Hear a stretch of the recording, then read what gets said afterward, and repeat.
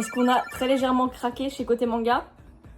Un petit peu. On va commencer par les mangas qu'on a continués. Et je vais poser cette pile car elle est très lourde. Une de mes séries favorites, j'ai pris le tome 9 de Gachakuta, comme ça je suis à jour. Ensuite j'ai pris le tome 2 de Goku Rakugai, d'ailleurs il y a le tome 3 qui vient de sortir et j'adore la couverture du tome 3. Comme j'avais vraiment adoré le tome 1, j'ai pris le tome 2 du vendeur du magasin de vélo, d'ailleurs je l'ai déjà lu. Et on s'est mis à jour aussi dans la Smash Edition de Haikyuu avec le tome 4. Ma résolution de cette année c'est d'abord de finir les séries que j'avais en cours. Le problème c'est qu'il y a beaucoup trop de nouveautés qui me tentent. Il y avait 3 nouveautés qui me tentaient terriblement. Alors c'est vraiment des nouveautés de personnes très stables dans sa tête.